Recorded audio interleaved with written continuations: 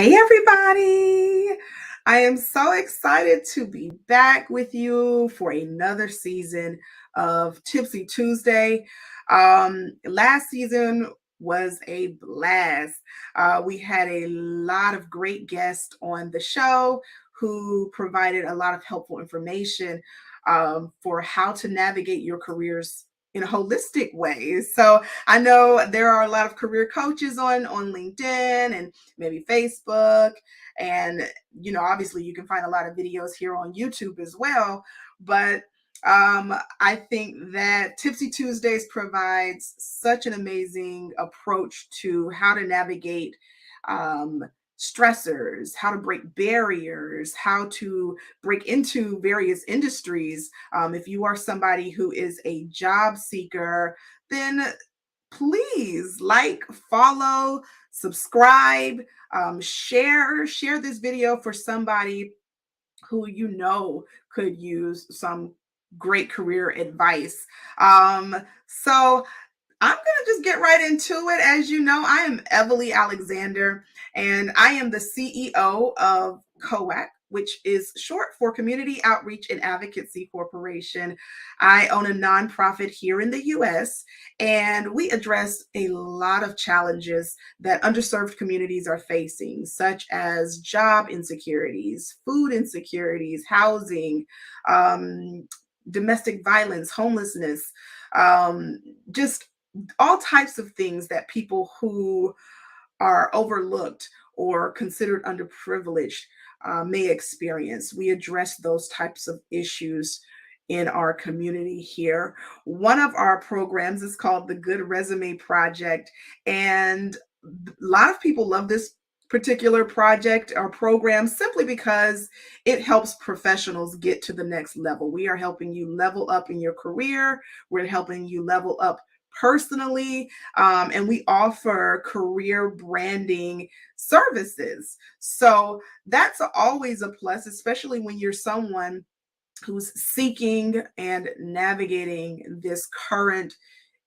work landscape. I mean, there's so many things that are going on. But today I am here to just drop in and talk to you about a few things. This is season 2, y'all. Season 2 of Tipsy Tuesday. I'm excited for what the year is going to look like. We have a lot of great guests coming up to share things that they've become experts inside of their industry. They're coming to share great tips on how to navigate certain issues, how to break through various barriers that you may have in your life. So, job seekers, this one is for you. This is for professionals. This is for industry level, career minded professionals. This is for my executives as well. This is for people who know right now, hey, I want to move, but I don't really know how to. That's why we're going to talk about the top 6 strategies on how to shift your career. Um, I know that a lot of people lately have been impacted by the layoffs that are going through the US. And obviously there are a lot more that are planning, that companies are planning. They're laying off their workforce, which are leaving people in a place of, what do I do next, right? Because for some people, if you're watching this, you might have been a person that maybe has built your life around your particular career path. But here lately, you've been thinking about maybe making a shift, maybe looking into a different direction. Maybe you're somebody who is a little further down in their career. Maybe you're 40, maybe you're 50, in your 50s, or a little further than that. And you're still trying to figure out, how do I make the shift? I mean, I've been here, and even though people tell me I should probably stay here, I really don't want to. I'm really ready to make a big leap. I don't care what that looks like to other people. What does it feel like for me? I'm tired of what I've been doing for the last 20, 30 years. Maybe you're someone in the middle of your career, right? This is a point of your career where you're still kind of trying to figure it out. right? You've been in your career path for about 5 years or more, but there's still room and opportunity to grow. And sometimes that growth looks like shifting careers or shifting job focus, or maybe you're entry level and you're new to the whole working landscape. You're unfamiliar with how to even get in there. So today we're going to talk about some different things that can help everybody viewing this video. I really am so excited to share them with you. As just a career coach, I'll tell you a little bit about myself. I've been a career coach and resume writer, by passion, and by trade for the last 9 years. And that is where the Good Resume Project was birthed. It was birthed from my passion to help others succeed professionally. It was birthed from my passion to help others succeed professionally and learn how to merge the two together. And so I've been able to successfully do that. And I am excited to get into it today. So let's talk about this daunting shift, right? If you're somebody who is just outwardly stuck, right? You're still trying to figure out. I'm looking at all of my screens trying to figure out, if I'm on live at every angle. But if you really are just somebody that's stuck, and you find that this particular space that you're in is daunting, right? Or even looking for another job is daunting. Well, I'm here to tell you that it really just doesn't have to be, right? I understand being overwhelmed with life, being overwhelmed with kids, being overwhelmed with, you know, just figuring it all out. But with the right steps, I think that making the leap, or taking that leap of faith, and making a proper action plan, making um, job hunt strategy, something that is at the top of your priority, I think that you would be able to truly and successfully transition careers. A lot of the clients that me and my team work with are people that are making a shift. They are making an industry shift. And sometimes that looks bigger than um, just a role shift. Like it looks bigger than a lateral move. Sometimes it's literally, I'm going from graphic design into I want to be a project manager, right? Or maybe they're doing something totally off the Richter, but they're making sometimes a drastic shift. And so over the years, I've been able to develop some great ways to kind of help you navigate that for yourself. So the very first thing I want to get into is research potential paths. Now, you might be saying, Everly, I'm already tired, right? Like I'm already tired. I just got laid off. And before you begin to research potential paths, take some time for yourself. If you're somebody that's been laid off recently, you got let go in a different way, you were fired, you're just over your job and you don't really have the mental capacity to move forward, take some time. Take some time for yourself and recognize that it is okay to take a breather. You got to take a breather. It's okay to take a breather. You might also be like, well, Emily, I've already taken a breath. Now what? Like, I still feel like this is a lot. It's still a lot. I would say do some inward research in yourself, within yourself, to figure out what you like, what you're good at. When you did that particular task at your last job or other jobs, um, what made you light up? Was there anything that made you light up? If it wasn't, let's stay away from some of those things, right? If there weren't things that made you light up, think about the things that did make you light up. If it's not in your job or the jobs that you've had, what do you do in the community? What do you do at home? What do you do in your personal life that makes you light up, that gets you excited to go to work or just get out of the house and actually move to do something, right? Identify those things that make you happy and then begin to research potential paths that match that. That's like the very first thing I would say, because if anybody speaks to me and they have this question about, well, where do I go? What do I do? I always ask you to just do a self check. Do a self check, self analysis, figure out where you are in your life, what you feel like doing, or what you think you might want to do, what you're happy with. There's so many questions that you can process. But do that so that your energy is right.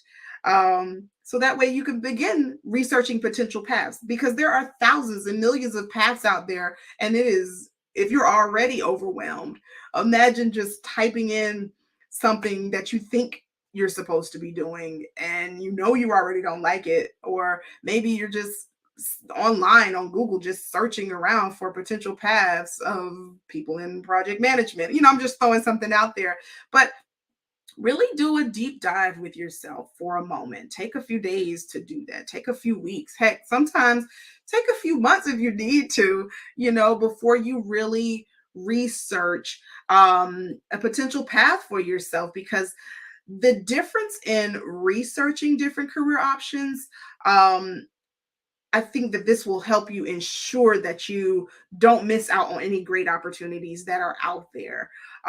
It'll allow you to point yourself in the right direction, of where the recruiters are, of where those particular jobs are. It allows you to get into some associations or job groups that help you along the way, or help you to get into this next career path that you're interested in. So yeah, what fits your skill sets? What fits your interests? That's going to be the thing before you research your potential path. Okay. And then once you do that, network, network, network, and network. Okay. This, for a lot of people, can be scary. Um, because for some people, they're okay with initiating conversation from a standpoint of, I don't know you, you don't know me, but let me shoot my shot, right? Some people are okay with it, but there are a lot of people that I come in contact with um, over the years at multiple levels, entry to executive level, um, who are actually scared to execute a networking strategy that works for them, or to even just try what works for them. LinkedIn is a really great way to begin networking with people that are in the industry that you're interested in. Okay, so let me tell you some of the ways to do that, because I think that this could be helpful if you are somebody. And I don't know why lately, um, I've been hearing from college students, and I've been hearing from people that are, how do I put this? They're kind of in their, let's say, mid 30s and up, right? Mid 30s and up. These are the two groups. I'm not talking about the 20s somethings in that. I'm talking about like entry level college students, college graduates, to mid 30s and up. I could be wrong, but those particular groups of people don't utilize LinkedIn as they should. Meaning, they may have a profile, it's been sitting, they're just scrolling occasionally, not looking for jobs, not looking for any opportunities to help them out professionally. They'll shoot right on over to Indeed, shoot right on over to a Google job board or whatever job board that they think is best. There are some people that don't even know the capabilities and the possibilities that LinkedIn possesses. LinkedIn is the largest place for you to connect the dots in your career. You can connect to recruiters, you can connect to people who work in the businesses or the organizations that you are interested in. You can connect based on background and, and your education, skill sets, all types of things that you can connect on. But there are certain people or certain groups of people that I find who aren't utilizing LinkedIn the right way. Or some people just don't have a LinkedIn account but that's a whole nother story for a different time. So you are somebody who actually has an account because you're watching this on one of the three platforms, LinkedIn, YouTube, or Facebook. But LinkedIn is your go-to. I'm not saying anything is wrong with Indeed or a Google job search board or ZipRecruiter or anything like that. I'm saying LinkedIn is one of the places where you can actually make a connection. That person, whoever you're connecting with, recruiter, hiring manager, CEO, has the potential to see your background front and center. Your profile is your career branding space. This is what you want people to know about you. It's not everything, but what you want them to know about you, how you brand yourself, what you like, what your interests are. Maybe you're a good fit. This is the only place where, even if you're not searching for a job on LinkedIn, people can slide into your DMs and say, "Hey, I saw your profile. I think you'd be a good fit for this role. Check it out. Let me know," right? There are a lot of people who have gotten roles um, that they haven't even applied for, just simply being on LinkedIn, being active. But network, people, network, reach out to those recruiters, reach out to the people who are connected to the organizations that you want. If you are somebody who's interested in maybe chatting with somebody who works in an organization, let's say I want a recruiter role, and obviously there are a bunch of recruiters on LinkedIn, but I really want to be my own recruiter. I want to recruit for Microsoft. I'm just throwing this out there. Find recruiters on Microsoft and not necessarily position them to work for the company. I mean, obviously, if that's your goal, please do. But if you're somebody who's really just interested in figuring out what is the day-to-day like as a recruiter at Microsoft before you even begin applying for roles, like I might be interested in Microsoft, I might be interested in Google, I'm not really sure. I've heard some things through the grapevine. They're great companies. Some people say they're not. You want to do your own research, and by doing so, see who's interested in chatting with you, either via DMs. Maybe they're willing to take it on offline and um, onto a phone call or into a phone call or a Zoom chat. Maybe they're willing to take it out of the LinkedIn platform and go more email stream based, whichever. These are really great ways to navigate that your potential job opportunity, and knowing what the company stands for, what your day to day would be like or could be like.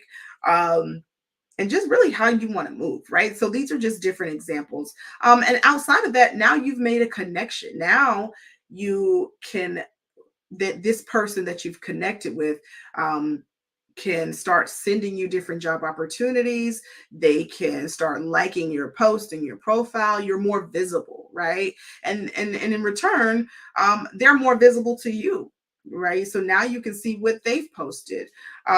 You can connect with them on a lot of different things. Some people connect through hobbies. Some people make great friends on LinkedIn. So they connect through skill sets. So building your network is definitely the way to go, right? Because this person gets to know you, they get to know what you're all about, they get to know your makeup. So when you're ready to actually apply for a role that maybe is in the company of that person that you've been connecting with, they'll already have a little insight about you and say, "Oh, okay, yeah, this is a good fit for you," or maybe not, or maybe I can connect you with the hiring manager directly. Okay, and now you have insight into a direct connection um, of applying for the actual role. So this is something that I would highly suggest. Use it to your benefit. Use it as part of your job strategy. Use it for getting yourself to the next level. All right. So the next thing that you want to do is really just make sure that there is a demand for the role that you're seeking, right? So now at this point, you have you've already strategized, right? You've been let go from your job. You've been laid off. You've taken some time to regather yourself, and now you're ready to move forward. You've researched potential paths. You've begun to network on different platforms. Now check for demand. You know, maybe the job that you're in, see if the job that you're interested in is a job that is in high demand. Sometimes this is just a simple Google search. You could type in the most demanded jobs in 2023, or the top 10 jobs in high demand for 2023. Type it in, see what happens. If you've already come to the conclusion based on your skill sets, based on your interest for a role that you are interested in, check the demand for that role, right? That's going to be the thing. Check the demand for that role, and then work your way into the companies that promote that role. Okay, so that was one of the biggest things that I would do. It's a part of your strategy. It's a part of making the shift. All right, this is obvious, right? Like, as the CEO of the Good Resume Project, if you're not doing this already, what are y'all waiting on? Update your resume, update your cover letter.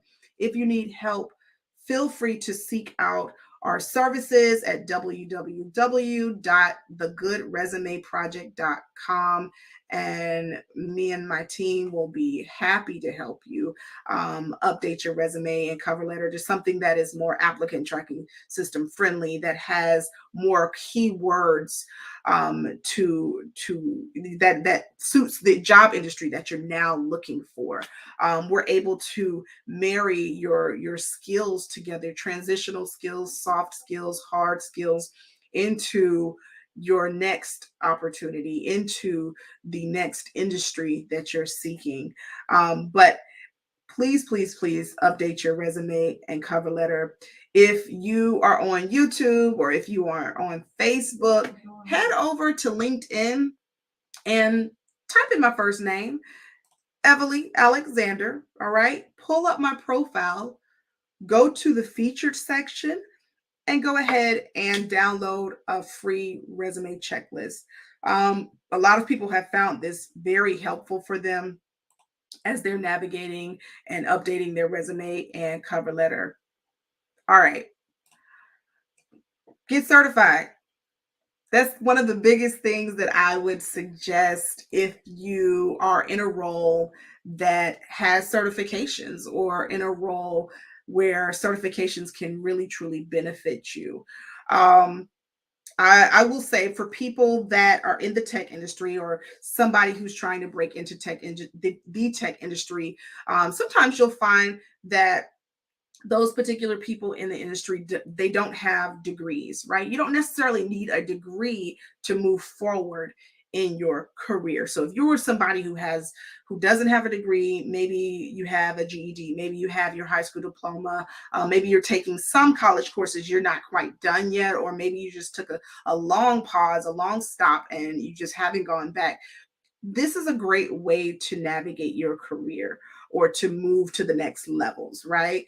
Getting those certifications, getting licensures, and a simple way to figure out what certifications and licensures you need is literally going to Google, and finding out.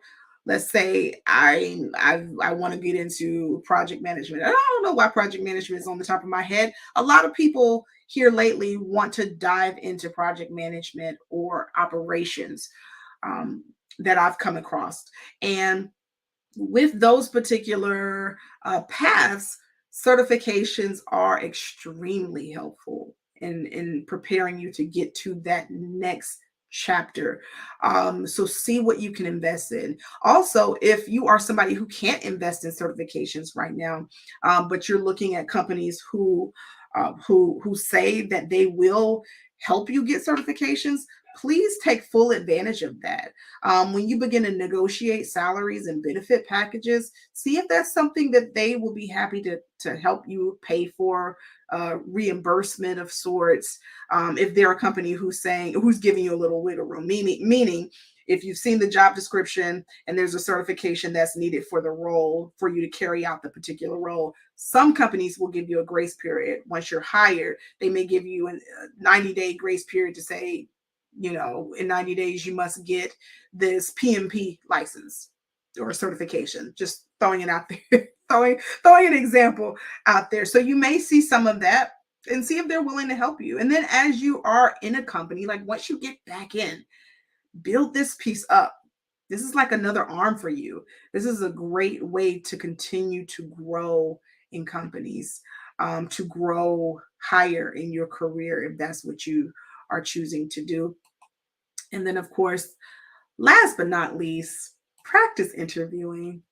Now, I'm smiling because I have found that there's only two types of people, right?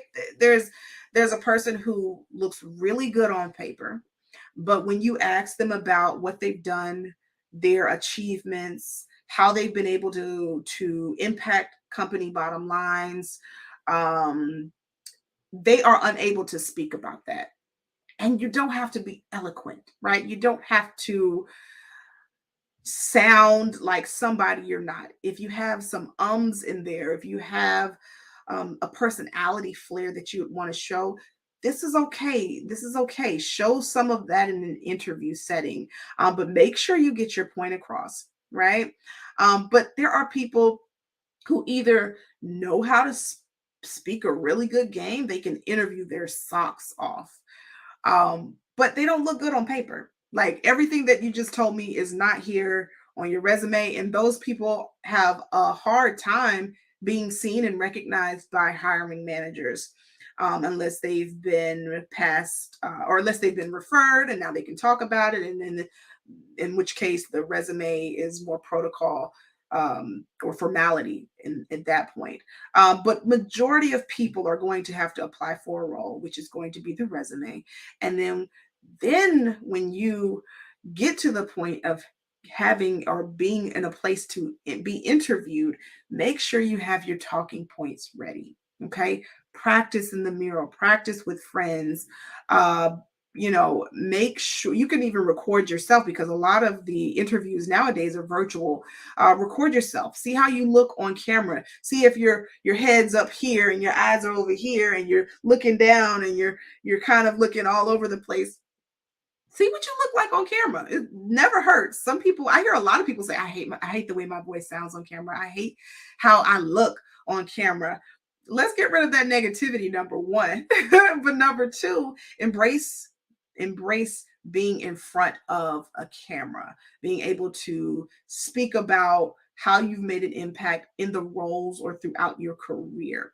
If you are somebody who's watching this in your entry level and you don't have a career, maybe you're trying to get into a job, talk about the ways or the impact that you've made while volunteering. Talk about the skill sets you picked up through your class projects, because you learn a lot of collaboration skills, communication skills, presentation skills, project management skills in a lot of different capacities. It doesn't have to always look like A to B, right? It could look like A to Z, then we come back to D, and then maybe I'll meet you at L, right? It doesn't always have to be a linear approach to how you obtain the skill. It's the fact that you have the skill to address the issues that the company has, and how can you fix it? How can you make an impact for what they need? That's going to be important. Talk their talk.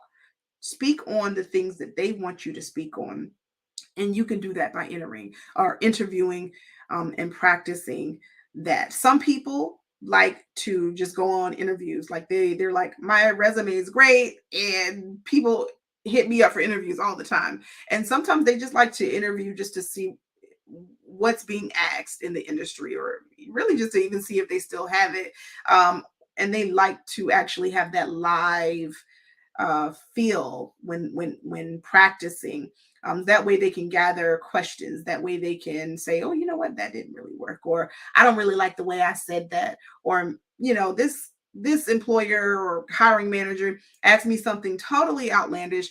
but I actually have an answer for it. So if I'm ever asked that again, I'll know exactly what to say. You could do it that way. But the best way is to write all of your questions down. Write some common questions down. Common questions would be, why should we hire you? Tell me about yourself. A lot of people get stuck here. A lot of people get stuck here. I'll make a video on some interview strategies and interview questions to help some people get through these and navigate them. But write those basic questions down, right? Because there's no true way to prepare for the outlandish questions, right? Like, if you were a color, what would be your favorite? Well, like, what color would you be, right? I've heard interviewers say that. Or imagine you're a tree. What kind of tree would you be and why? You can't prepare for questions like that. Right? You can't prepare for questions like that. Now, some interviewers may say, "Oh, that's out of the box." Some interviewers use it as a method to see if you can think out the box. Maybe the projects that they are on require somebody to have an innovative approach that requires you to think out of the box and execute, execute, execute. So sometimes it's really just about how you're answering it and not necessarily the words that are coming out your mouth. All in all, there's so many different approaches to take, but write the questions down, some common questions down, practice your answers. That way you begin to feel confident with how you answer them. Keep them short, keep them very specific and straight to the point. Use the SAR method, which is the situation, action, result. You talk about a situation, provide the action that you took in order to address the situation, and what were the results from you doing so. Okay, these could be positive, they could be negative, depending on what it has been asked of you. And then take some time to write about 5 questions to ask the interviewer. All right. One of a really good question to ask an interviewer is, um, what are your, let me just phrase this a better way. Sorry. Let me make this clear. So, because I feel like this question would help you navigate whether or not you got in there, right? Before you know if you got in there. What are your challenges about hiring me? What are the challenges that you foresee about hiring me? Right? Though just phrasing it that way kind of, number one, allows you to see just basically how you've done in an interview. It allows you to see where the recruiter or hiring manager's head is at. You want to make sure that you frame your questions, not to just benefit the company, right? This is solely to benefit you. You are interviewing the company. You are making choices for yourself. You're not being led by what you think you should be doing, right? And try not to be swayed. Maybe pay attention, read the energy in the room if you are face to face, if you're on camera, because there are a lot of companies, unfortunately, or interviewers or hiring managers who can also talk a really good game just to get you in the seat. And then once you're in the company, then it's the role that you thought you were hired for. There's something totally different about it, right? The job description doesn't match up, or maybe it matches up a little bit, but now you really are doing something totally different. And it's really no true way to prepare for that. But to be proactive, you can begin to ask questions just to see where their head is at. So those are just the top 6 strategies that I would suggest now that you're ready to make a shift. I'm hoping that these were really helpful for you. I would be more than happy to help anybody who comes to my page. Feel free to check out everything that we've got going on Tipsy Tuesdays. We are shifting to a new time, to 5 o'clock in the evening, Eastern Standard Time. And feel free to visit our website, which is www.thegoodresumeproject.com. So make sure that you like, follow, and subscribe. Let me know if this was good, right? Let me know if you really enjoyed this. There'll be more to come, obviously, where I'm going to make sure to give you tips along the way. We will have a guest every month. So um, this is season 2, but next week we really kick it off with Stacia Harvey Randall. She is the Director of Human Resources at the Whitley, and she's coming to speak to us about how she has been able to navigate her career and break a lot of barriers. She started, well, I guess you could say, started from the bottom and worked her way to the top. And the epiphanies that she had along the way, and of course the ways that you can do it too. So check us out next Tuesday, and make sure you are in there. Ask questions, leave them in the comments, and I'll definitely make sure to get back with you. Leave comments in this chat as well. Okay. All right. So have a wonderful, wonderful rest of your evening. I'm happy I was able to get on here and chat real quick with you. Until next time, peace.